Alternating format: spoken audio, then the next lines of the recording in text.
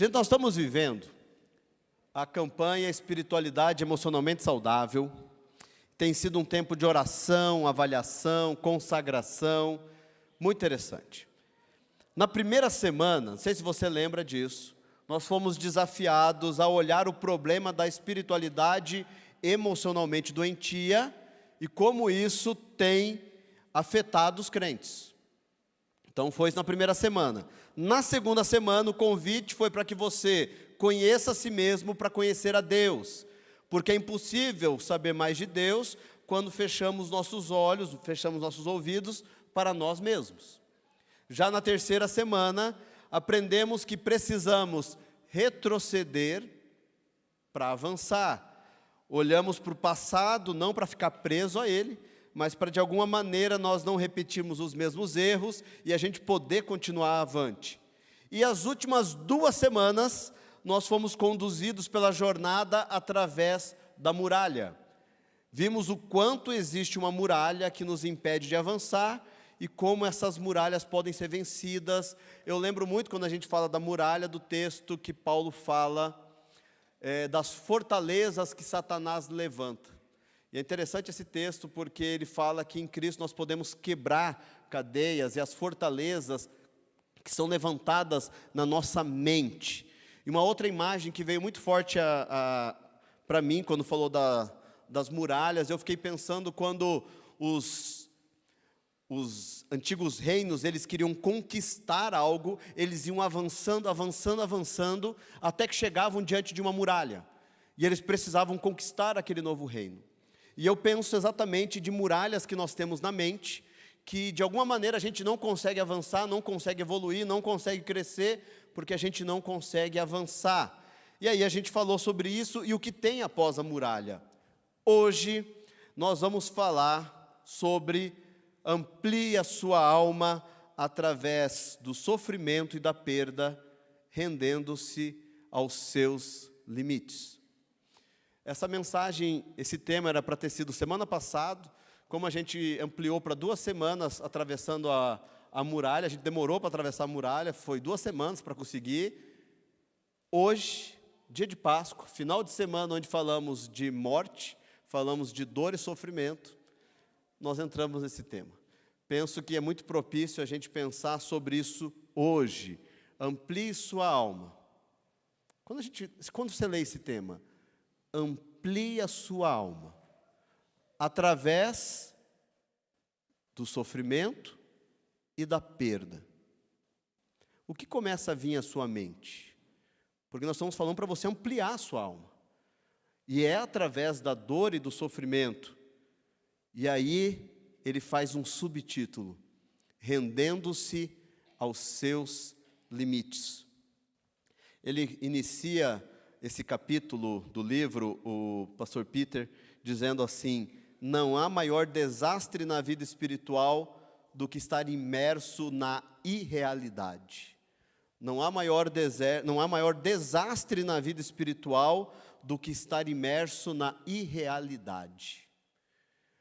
Quando nós não aceitamos a realidade, a gente não anda de acordo com a realidade, a nossa realidade, a realidade que está à nossa volta, ele fala o quanto isso é um desastre. A verdadeira vida espiritual não é um escape da realidade, mas é um total compromisso com ela. E talvez é isso que a gente precisa hoje encarar e pensar nessa noite. Qual é a realidade da sua vida? Eu sei que você talvez queria viver outras realidades. Talvez você queria estar vivendo de uma outra maneira, numa outra casa, um casamento diferente, uma relação com os filhos ou com um cônjuge diferente, mas a realidade que você tem é essa, e nós precisamos encarar essa realidade. E é interessante que quando enfrentamos perdas, o que você já perdeu nessa vida? O que você já perdeu? Quando enfrentamos perdas, realmente passamos a conhecer os nossos limites. Não podemos fazer ou ser tudo o que queremos, porque nós temos limites. Mesmo nos seres humanos mais extraordinários, com capacidades assim fantásticas, tem limites. Quais são seus limites? Olha só que interessante. Eu achei muito importante esse capítulo do livro, porque ele começa a nos provocar a pensar o quanto, por algum motivo, nós aprendemos que as perdas, elas não fazem parte da normalidade humana. Parece que perder coisas é o que deveria ser o extraordinário, o que acontece de vez em quando. Parece que as perdas nós não conseguimos aceitar como normal, como parte da vida. E de alguma maneira nós queremos sufocar as perdas. Tenho certeza que você já perdeu alguma coisa. Talvez coisas pequenas, mas de significado emocional muito grande. Ou talvez você tenha perdido coisas realmente valiosas. Eu lembro do meu caminhão guincho, que eu ganhei quando eu tinha 4 anos de idade. E um dia eu coloquei para brincar numa ladeira e ele perdeu o farol. E eu lembro da minha tristeza porque o meu carrinho, que eu ganhei, que era da Estrela, porque na minha época era ou Estrela ou Plasmatic, eu acho que esse era o nome, e Estrela era, eu ganhei da minha avó aquilo. Mas tanto é que depois eu passei para o Mateus e passei para o Daniel, o mesmo carrinho, está na família, faz parte da herança do nosso espólio, né? Faz parte lá, está lá o carrinho. Gente, eu lembro que quando chegava algum primo meu, ia brincar com as minhas bolinhas de gude, eu tenho várias. Eu falava, mãe, por que você deixou? Porque eu tinha um amor naquilo. Eu era muito novo, eu tinha 19 anos, eu não queria que as crianças brincassem. Tá, eu tenho elas ainda lá em casa, estão lá. Vejam, tem coisas que são extremamente significativas para a gente, mas que a gente perde. E perder faz parte. E de alguma maneira nós buscamos mecanismos que reprimam a nossa dor. Usamos a negação, ou quem sabe a acusação, a racionalização, a dependência, ou até a rejeição. E de alguma forma, a gente busca atalhos que contornem as feridas, porque a gente pensa que os outros precisam carregar a nossa dor. E é muito difícil lidar com isso. Até Cristo, gente, enfrentou perdas. Cristo enfrentou a morte. É interessante o momento de Jesus no Calvário, né? Ali antes, ele com os amigos, igual as crianças falaram, acorda, acorda, né? Aquele momento que ele fala para os amigos não dormirem, aquele momento terrível, onde ele está suando gotas de sangue ali, e aquele momento que ele sabe, naquele momento, quando Jesus diz assim, Pai, se possível, passa de mim esse cálice. Naquele momento, Jesus está dizendo assim, Deus, eu não quero morrer, eu não quero perder, eu não quero me separar desse pessoal, eu não quero passar pela cruz, eu não quero essa dor, eu não quero. Mas aí ele diz, faça a sua vontade e não a minha. Assim como Jesus enfrentou dores e perdas, nós vamos enfrentar também, gente. E antes que a morte física venha, a gente vai ter diversos tipos de dores que nós vamos enfrentar. E talvez mortes na nossa história, e talvez que a gente não entenda, mas são coisas que esmagam o nosso espírito. Tem, gente, não é porque você está na igreja, que você ora, que você busca Deus, que você não vai enfrentar situações que talvez te esmaguem por dentro, que você se sinta comprimido. Vamos enfrentar, faz parte da vida, não é uma anormalidade. O sofrimento, a dor, a perda, faz parte da nossa vida. Por exemplo, perdemos a nossa juventude. Gente, não há cirurgia plástica, creme, Rinodê, não sei, boa dieta, rotina de exercício que interrompa o envelhecimento. Não tem. Vamos envelhecer, uns melhores que outros, mas vamos, todos. Eu gosto muito de filme, vocês sabem disso, assisto muita série, e eu sempre gostei muito de Bruce Willis. E Bruce Willis agora, acho que ele está com 68 anos, foi diagnosticado com demência, com uma outra dificuldade na fala, com uma outra situação, E um cara que fez filmes de ação, ganhou muito dinheiro, como o grande homem, aquele cara que nada o abala, duro de matar, né? Ninguém consegue vencer, ele envelheceu, está doente, está vivendo perdas. Perdemos nossos sonhos, sonhos de carreira, sonhos sobre o casamento, sobre os filhos, sobre uma viagem, sobre o ministério. Perdemos sonhos. Se nós pudéssemos levantar os sonhos das pessoas que estão ali no cemitério Água Verde, quantos sonhos enterrados ali? Sonhos que foram perdidos. Perdemos a rotina, perdemos a estabilidade. Por exemplo, algumas mudanças acontecem e a pessoa perde o emprego. Eu sei que o pessoal de algumas multinacionais estão preocupados, porque esse mês está no risco de vários serem mandados embora.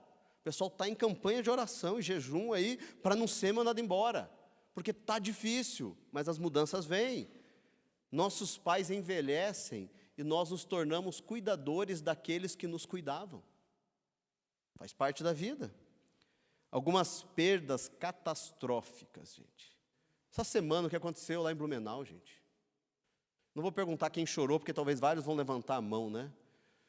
Gente, que triste que foi aquilo. Aparece um maluco, um cara, alguns dizem endemoniado, não sei se, não quero colocar culpa no demônio, mas que entra lá e tira a vida de 4 crianças.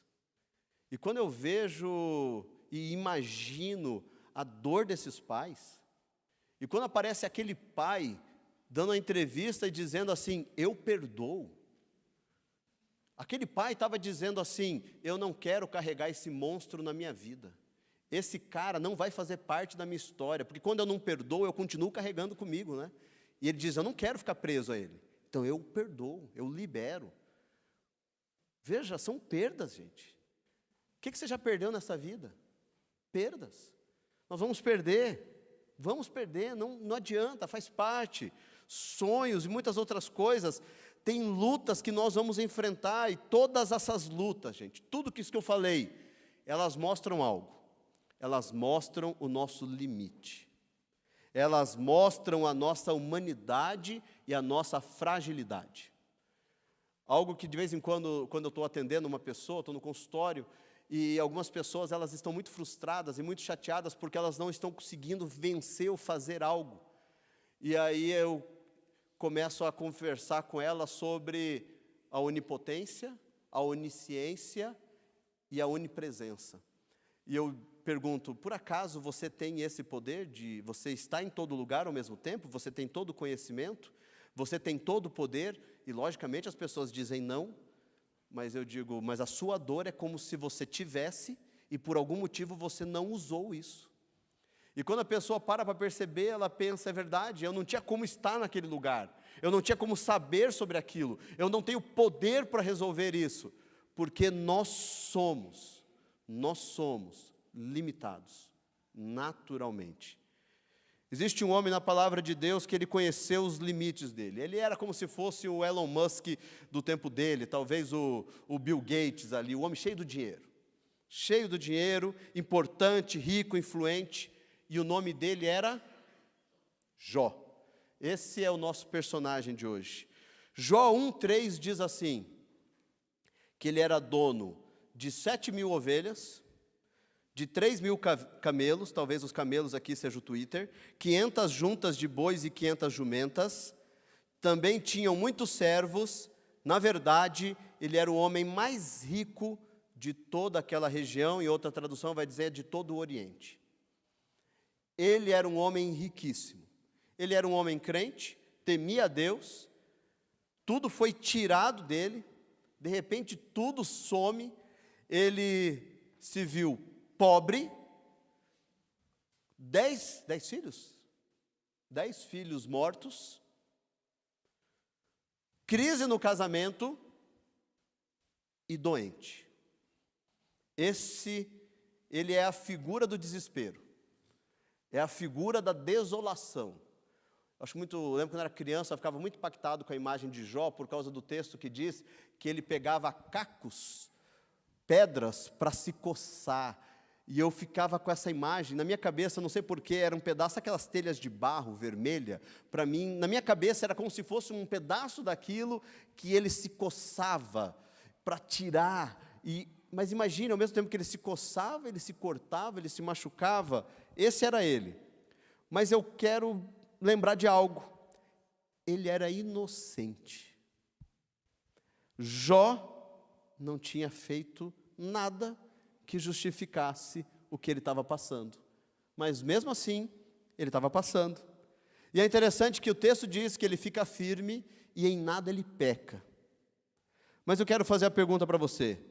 Como que você teria lidado com a dor no lugar de Jó? Como você lidaria? Você daria os mesmos passos que ele, louvado seja Deus? Ou você entraria em desespero? Eu ia ser igual a mulher dele. A mulher dele é muito criticada, né? Mas, gente, a mulher dele tinha acabado de perder 10 filhos. Está vendo ali, perdeu tudo que tinha. A mulher dele olha para o marido agora que nem saúde tem para voltar a trabalhar. Essa mulher fala, amaldiçoa seu Deus e morre, essa mulher está em desespero. O que você faria no lugar de Jó? Veja, eu e você, a gente está vendo as entrelinhas, o que aconteceu no céu, ali da conversa de Satanás e Deus, mas eles não estavam vendo nada disso. Quando você enfrenta uma dor, quando você enfrenta uma perda, como que você reage? Essa é a ideia para nós pensarmos hoje, porque na nossa cultura nós temos aprendido, né, que lidar com a dor é tentar escondê-la. Então, nós grudamos o nosso olhar no celular e nas redes sociais, porque está doendo. A gente corre de um lado para o outro, ocupado, indo de uma atividade para outra. Nós negligenciamos a nossa saúde, comemos demais e comemos errado. Minimizamos as nossas feridas durante anos e nos tornamos cada vez menos humanos. Porque é isso que a sociedade diz, isso que a sociedade de alguma maneira prega, porque eu preciso de alguma maneira superar a dor que eu ainda não superei. E isso é muito difícil. Quando eu digo sobre o mascarar a dor, é só a gente olhar, por exemplo, durante a pandemia, o que aconteceu. Por exemplo, durante a pandemia, eu falei para vocês, né, eu ganhei, eu achei, eu recuperei, se alguém tinha perdido, eu achei, 16 quilos. Gente, na pandemia, estava ansioso, o que a gente fazia na pandemia em casa? Comia, gente. E o iFood é uma bênção. Porque se você não tinha, você digitava ali e o negócio chegava em casa. Quando eu percebi que eu me pesei, foram 16 quilos assim, fácil. Nesse mesmo período, eu tive uma crise muito forte de ansiedade. Acordava de noite, de madrugada, 3 horas da manhã, com a certeza que eu ia morrer. Eu ficava durante a noite. É hoje eu morro, hoje, Jesus cuida da minha esposa, dos meus filhos, Deus tem misericórdia. E quando amanhecia o dia, eu orava e me lembrava do texto, que as misericórdias do Senhor se renovam a cada manhã, e eu dizia, não foi dessa vez. O anjo da morte passou por cima e eu estou vivo. Crise de ansiedade, comecei a tratar a ansiedade. Mas era muito mais fácil esconder isso. Eu lembro que uma vez eu conversava com alguém, e alguém me disse uma vez, pastor, foi corajoso de contar isso para o povo, né? Porque a gente não quer contar as nossas fragilidades. Eu sou pastor, como que eu vou contar para vocês que eu estou tendo ansiedade? Estava estudando psicologia, como que eu vou contar para vocês que o psicólogo lá está com ansiedade? Gente, eu sou homem como você. E aquilo que dói em você, dói em mim. Alguém disse uma vez assim, como que é difícil para o pastor manter a sanidade, porque a gente sai de um casamento e vai para um velório, sai do velório e vai para uma festa de 15 anos. A gente chora e a gente ri, e isso no mesmo dia. Veja, somos homens.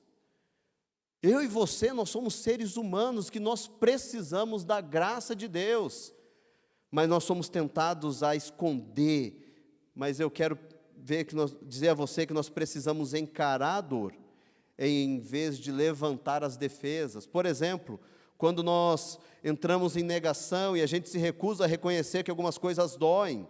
Por exemplo, você está esperando aquela promoção e você não é promovido e você diz assim, não, ele não me promoveu, mas eu não ligo não ligo. Negando. A gente minimiza, a gente aceita o que não está certo, e de alguma maneira a gente diz que não é tão importante assim. Ah, meu filho está bem com Deus, ele está bebendo só de vez em quando. Não, não está bem, não tem que minimizar algo que está ruim. Nós começamos a culpar o outro, e a gente começa a negar a nossa responsabilidade. Eu começo a dizer que o problema de eu chegar atrasado é porque não colocaram passarela, viadutos na linha verde. Eu começo a dizer, é o trânsito, é o governo. Não é você que precisa acordar meia hora mais cedo. O atraso é por causa dos outros, porque o povo não sabe dirigir em Curitiba, e você começa a culpar os outros, em vez de você assumir o que você precisa fazer. Ou você começa a se culpar demais. E tudo é culpa sua, mesmo aquilo que erraram na sua casa, aquela mulher que às vezes apanhou do marido e ela diz assim, não, mas eu mereci. Mereceu nada, nunca. Mas de alguma maneira a gente vai usando esses mecanismos, e a gente começa a racionalizar, e a gente começa a dar desculpa para tudo, e a gente quer justificar qualquer comportamento, e nós buscamos distração. Gente, nós somos a geração com o maior número de distrações que existiu até aqui. Talvez a coisa piore, mas até aqui, nós somos a geração com o maior número de distração. O celular, a TV, é distração o tempo todo. Eu lembro quando a minha mãe contava assim, que ela gostava de assistir uma novela para distrair a cabeça. Mas tinha os horários da novela, né? Agora, quem assina outro canal ali e tal, você tem não lembro, não vou fazer propaganda, mas você tem novela se você quiser assistir o dia inteiro. Não, pastor, mas eu não vejo novela do diabo, só assisto série. O dia inteiro. Veja, não mudou. As distrações, elas se repetem, mas para não doer, nós nos distraímos. Um amigo meu dizia o seguinte, que quando ele estava chateado, ele gostava de comprar um lanche, numa lanchonete que tinha em Dourados, que era um lanche grandão, assim, X-filé especial. Ele tinha tudo naquele negócio. Normalmente os casais iam e cada um comia metade, mas quando ele queria distrair a mente, ele pedia aquele para comer sozinho. Aí ele falava que quando ele comia aquilo preenchia ele, e ele ficava assim, sabe quando parece um sapo gordo com as pernas abertas assim?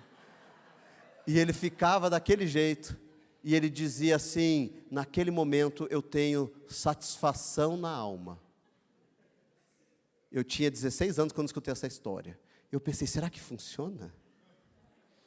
Gente, não funciona não, mas engordar a gente engorda. Gente, ou então, nós começamos a nos tornar hostis. Ficamos com raiva ou irritados quando é feito referência a certos assuntos, porque nós não queremos tratá-los. Nós não queremos falar sobre. E é assim que nós nos tornamos.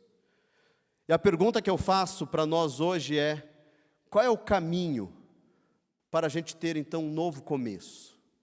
Porque se a gente perdeu, assim como Jó perdeu e você perdeu coisas, o que a gente pode fazer?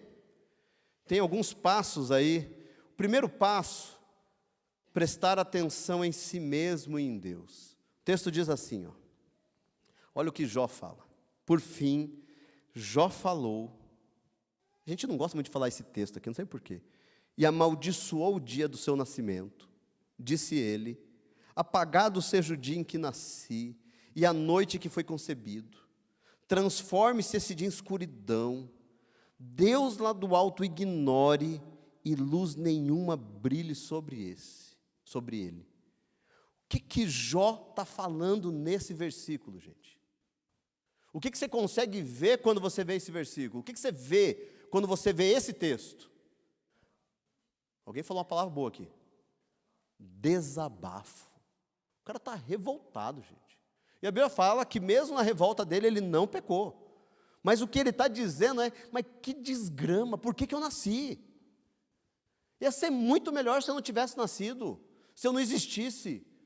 Se pudesse existir, gente, um botão, imagine um botão, que se você apertasse esse botão, você deixaria de existir, mas esse deixar de existir, não que você morreu, você deixava de existir, você não ia machucar ninguém, você não ia magoar ninguém, você simplesmente seria apagado da história. Não levanta a mão agora, tá bom? Você apertaria esse botão? Em algum momento da tua história, você teria apertado esse botão? Não, não volta. Se apertasse, não volta. Veja, o que Jó está fazendo ali, ele está deixando sair o que estava sentindo. Quando eu falo que nós precisamos prestar atenção em nós precisamos olhar para aquilo que nós estamos vivendo. E não é simplesmente assim, mas tal coisa está doendo, a gente diz assim, oh Deus, perdoa, Deus, que eu estou pensando nessa coisa ruim. E a gente só quer ficar só numa posição de medo do que Deus vai agir, se você está com raiva, se você está chateado. Gente, Deus criou os sentimentos. E a raiva que sentimos faz parte dos sentimentos. A tristeza que temos faz parte dos sentimentos. Então, quando você está triste, não significa que é o demônio. Significa que você está triste. E tem vezes que a melhor coisa que você vai fazer é chorar. Nós tínhamos que criar um ministério aqui, né? Para falar assim, encosta a sua cabecinha no meu ombro e chora, né? Não tem pessoas que estão precisando, às vezes, colocar a cabeça no ombro de alguém e contar todas as tristezas? Quantas vezes você já veio num culto e você teve um ímpeto de chorar por causa de algo triste que você está vivendo, mas naquele momento você segura o choro, porque o que vão perguntar? O que eu vou responder? Eu conheço uma jovem senhora que estava vivendo uma situação bem difícil nas emoções. Quando começava o louvor, ela começava a chorar. E ela sofria porque ela não queria chorar. Porque se ela chorasse, o que ela ia dizer? Iam falar, ou ela brigou com o marido, ou ela brigou com os filhos, ou ela está em pecado. Mas ela só queria chorar. Sabe o que ela estava vivendo? Depressão. Mas ela não podia deixar os outros verem. Porque ela não podia olhar para ela.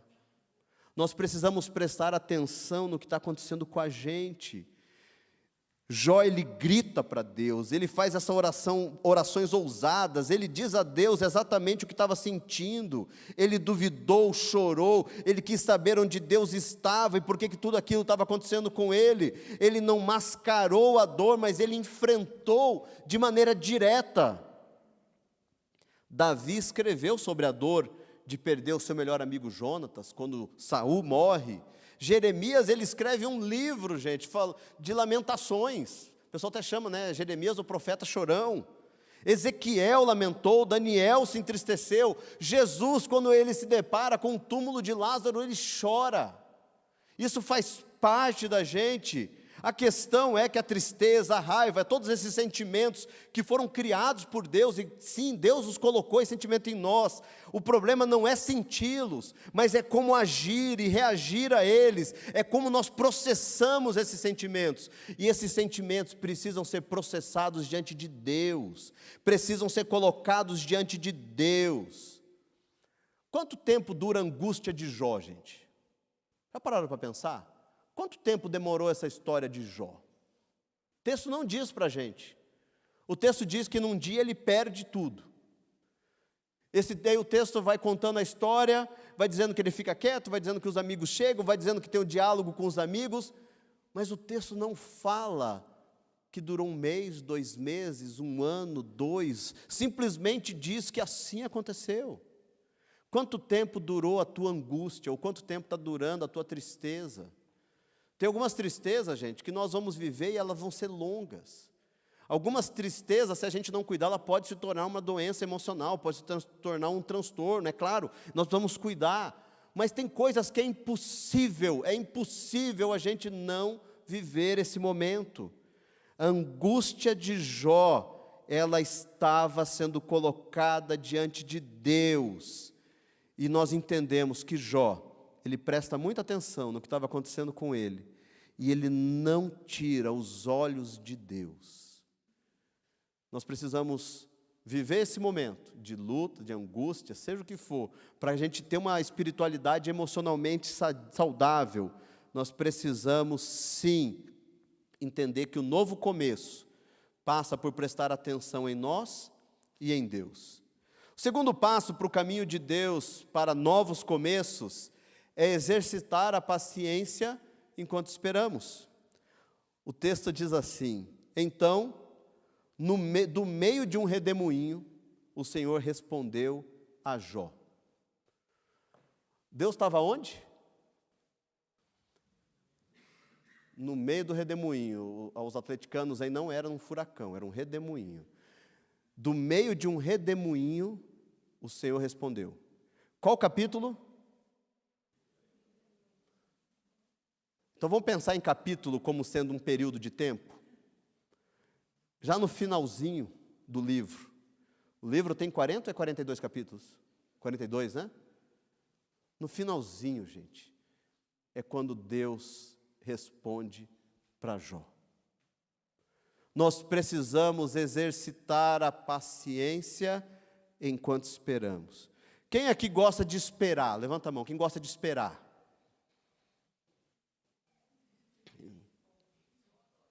Se for o quê? É, né?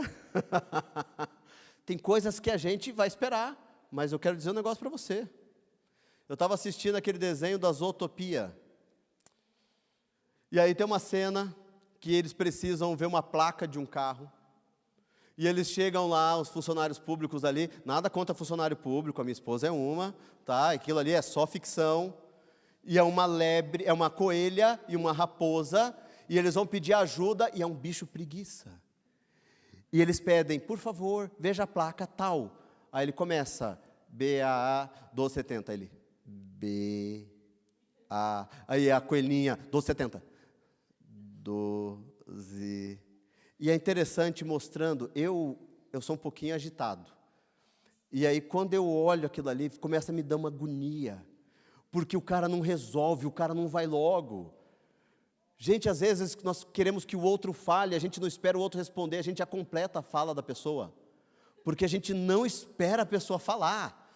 Só que às vezes a pessoa no caso, no meu caso é a dona Ana Adelaide. Aí eu termino a frase e ela fala assim, aí acho que ela faz de propósito, pensando agora. Quem disse que era isso que eu ia falar? Então o que era? Você precisa aprender a ouvir. E não fala o que é. A pessoa faz dessa. Exercitar a paciência enquanto esperamos, gente, é apesar da luta que estivermos vivendo, independente do momento que estiver acontecendo, Deus vai agir. Jó, ele tinha duas lutas, uma com Deus e uma com seus amigos, que estavam citando a Escritura o tempo todo. Mas Deus mostra para Jó os limites dele. E quando as coisas não se resolvem no tempo de Jó, do jeito de Jó, as coisas acontecem no tempo dele. Eu aprendo que nós precisamos exercitar a paciência enquanto esperamos. Eu não sei o que você tem pensado até hoje, o que você está esperando, o que você gostaria que acontecesse na tua história, mas uma coisa eu entendo, para nós vivermos novos começos, depois que perdemos algo, nós precisamos esperar o tempo e o jeito de Deus. Gente, nós vamos viver situações muito difíceis. Eu lembro quando eu e a Ana voltamos de Maringá para cá, nós somos pastores naquela região ali, e quando a gente volta para cá, e a gente começa a frequentar aqui a Lindóia, o Danielzinho, a Ana estava grávida do Daniel, o Daniel fez 15 anos agora, dia 7, na sexta-feira, o Daniel fez 15 anos, então há 15 anos a gente chegou aqui, e eu lembro que eu não estava exercendo aí o ministério, estava trabalhando num emprego secular, e eu lembro assim que eu chego, converso com o pastor Ilquias, ele fala para mim, você podia assumir os jovens, aquele jeito animado do pastor Ilquias. Aí o pastor Ilquias, num momento de sabedoria, ele volta assim, coloca aquela mãozinha assim, não, vamos caminhar mais um pouco juntos, e aí a gente vê. E aquele ano que a gente chega, a gente fica mais um tempo, e quando é no início do ano, eu prego no A-Family, não ainda como pastor da igreja, mas frequentando a igreja, já trabalhando o tempo todo, e ele me chama para ser pastor de tempo parcial na igreja. E aí eu estava saindo do meu emprego devido a tudo o que estava acontecendo lá, fico de tempo parcial, no outro mês ele fala, olha, a diretoria entendeu que é melhor você ficar de tempo integral. Mas até chegar a esse ponto, eu passo por um período de espera, porque Deus ia agir. Eu não sei o que está acontecendo na tua vida, eu não sei o que está acontecendo na tua história. Meu irmão, ele teve um momento de separação na vida dele. O casamento dele não deu certo, aconteceram situações ali que não foi possível mais que ele continuasse casado. E meu irmão passou por situações muito difíceis, meu irmão pastor, e ele foi conversar com um psicólogo, foi conversar com o pastor Pascoal, e o que ele queria fazer era deixar o ministério. E aí ele foi encorajado a continuar, e como foi difícil aquele momento da nossa história, acompanhando aquilo, e foi muito difícil, emocionalmente e tudo mais. Até que chega um momento que Deus começa a mudar a história dele. Hoje ele está casado, tem 2 filhinhos, o ministério reconstruído, a vida pessoal dele reconstruída. Tem ainda marcas desse momento? Claro que tem. Mas esperar é um processo de paciência. Então, quero dizer algo para você hoje. Talvez tenham coisas que você precisa esperar na sua vida. E o que está te machucando é a tua falta de paciência. Sabe por quê? Porque se você tiver paciência ou não, Deus só vai agir na hora que Deus quer. Ele só vai se mostrar no redemoinho ou fora dele, na hora que chegar a hora. A sua impaciência não acelera os passos de Deus. A sua impaciência apenas amplifica a tua angústia e o teu sofrimento. Então, exercite a paciência esperando. O caminho de Deus para os novos começos é aceitar que os limites são bênçãos. O texto diz assim: então Jó se levantou, rasgou o seu manto, depois raspou a cabeça, prostrou-se com o rosto no chão em adoração e disse: saí nu do ventre de minha mãe e estarei nu quando partir. O Senhor me deu o que eu tinha e o Senhor tomou. Louvado seja o nome do Senhor. Nós precisamos aceitar que os limites são bênçãos, sim. Quando somos apresentados aos nossos limites, passamos a olhar para alguém que é maior e melhor do que nós. Aprendemos a andar com humildade diante de Deus e dos homens. Quando nós conhecemos os nossos limites de verdade e reconhecemos que eu não posso, eu olho e digo: louvado seja o nome do Senhor.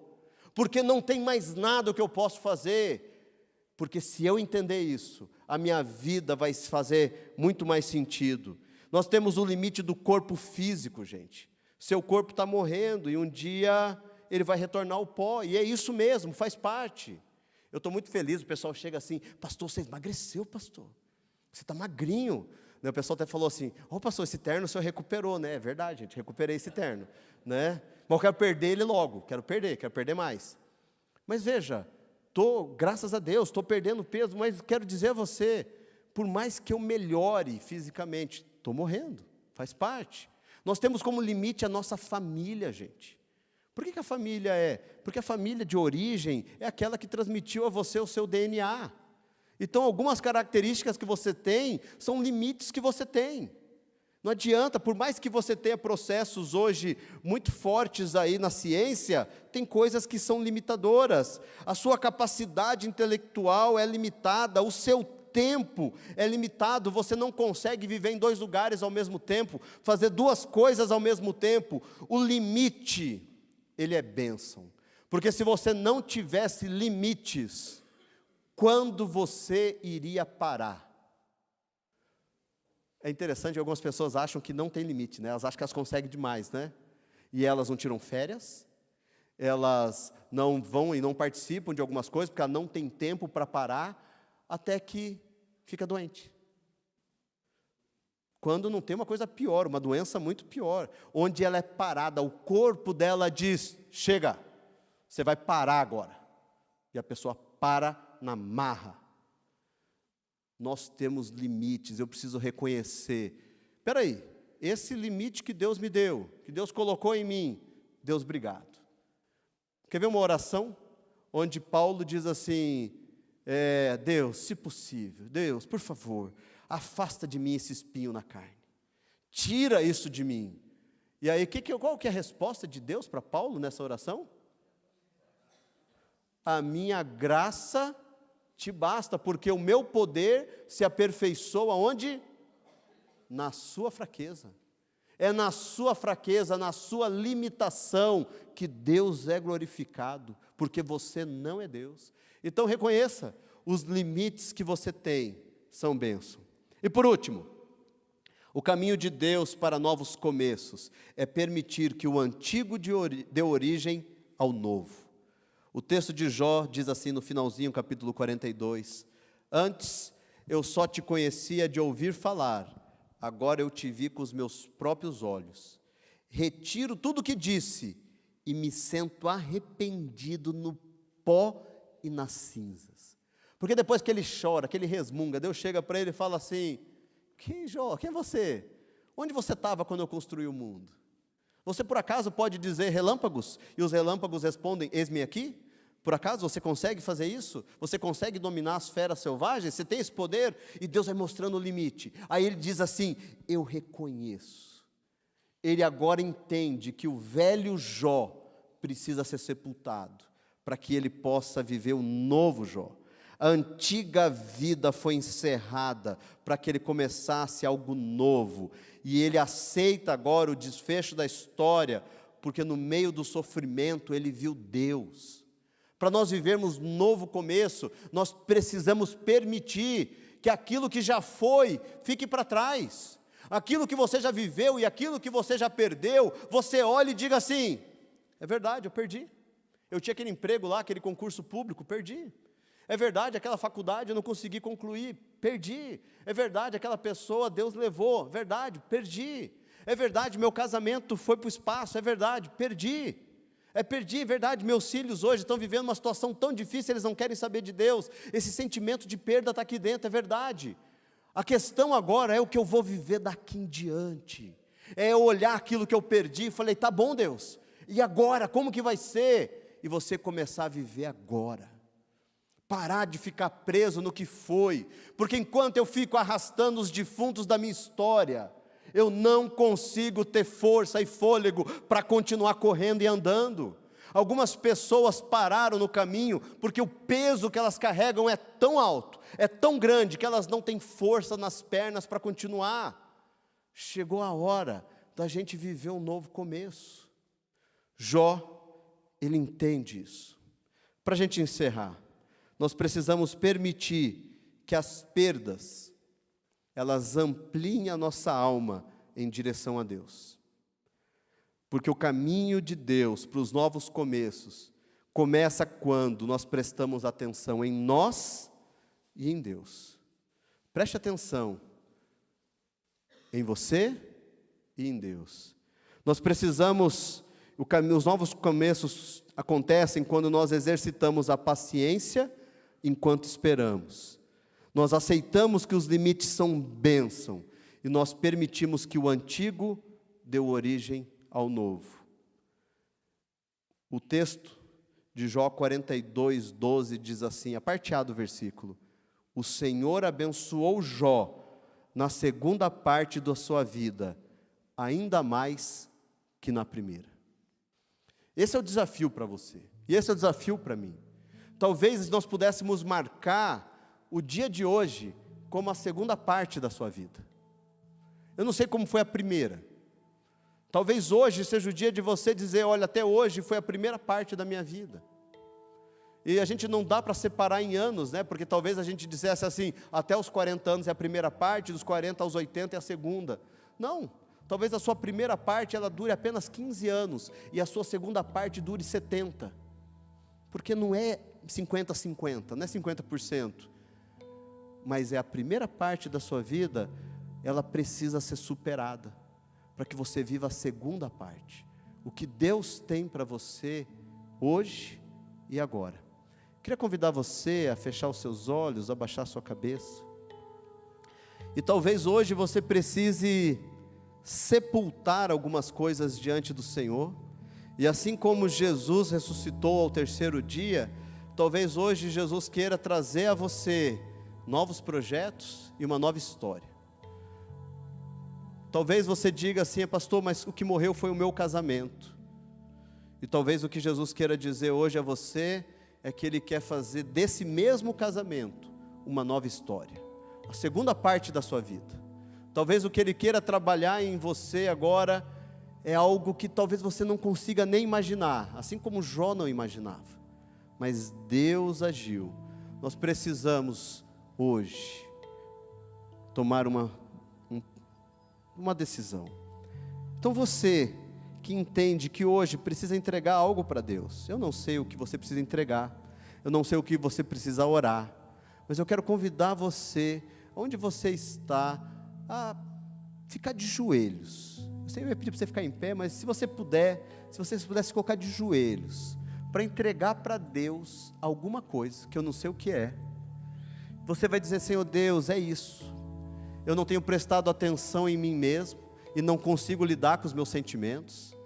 Talvez você precise exercitar a paciência enquanto você espera, e você está extremamente impaciente.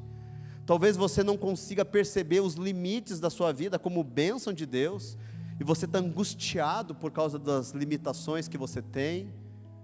E talvez você está arrastando o antigo, e não consegue viver o novo. Eu quero convidar você a viver o novo de Deus. Pai Santo, eu apresento diante do Senhor aqui a Tua igreja, Pai. Teu povo se coloca de joelhos, entendendo que precisa entregar algo para o Senhor nessa noite.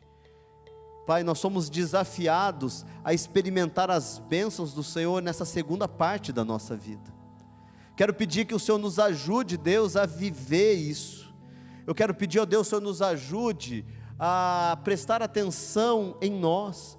Olha cada um aqui, ó Deus, que cada um consiga lidar consigo mesmo, sem mascarar, sem esconder as coisas, ó Pai. Nos ajuda, Deus, a exercitar a paciência, enquanto esperamos a voz do Senhor, a palavra do Senhor, enquanto esperamos o Senhor se apresentar. Nos ajuda, Deus, a aceitar os limites como bênçãos do Senhor, porque nos limites nós olhamos para o Senhor e reconhecemos que o Senhor é Deus. Nos ajuda, Pai, a vencer aquilo que já foi, para viver o novo que o Senhor tem para nós. Nos ajuda, Deus, fortalece a cada um aqui. Nós entregamos no Teu altar todas essas situações, em nome de Jesus, amém, amém. Que Deus abençoe poderosamente a sua vida, que você experimente as mais ricas bênçãos do Senhor. Quero convidar você nessa semana, a você talvez anotar, fazer anotações, se você tiver algumas dores na memória, que vem à sua memória, no seu coração, e cada vez que você lembrar de uma dessas dores, você anota ela e diga assim, coloca do ladinho: Deus, eu entrego para o Senhor, eu entrego para o Senhor. Que Deus te fortaleça, e que você experimente o mais abundantemente além do Senhor.